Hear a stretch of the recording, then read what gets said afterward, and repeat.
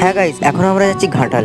আর ঘাটালে কি হতো বলতো, ঠাকুর দেখতে। আর এখানে আমি আমার একটা দাদা একটা মামাই তিনজনে যাচ্ছিলাম। চলো তাহলে তোমাদেরকে দেখানো যাক। মানে ডেকোরেশনটা খুব একটা খারাপ করেনি, তোমরা এসে একবার দেখতেই পারো।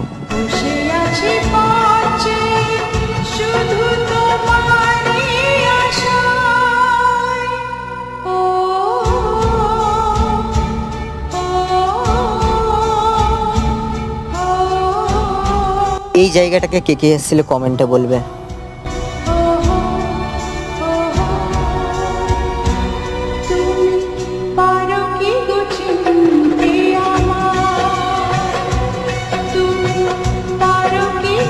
গাইস এখানেই শেষ নয়, ঘাটালে ছিল আরো অনেক অনেক প্যান্ডেল। এখন আমি আছি পাঁশকুড়া বাস স্ট্যান্ডে। আরো দেখে যাও পুরোটা।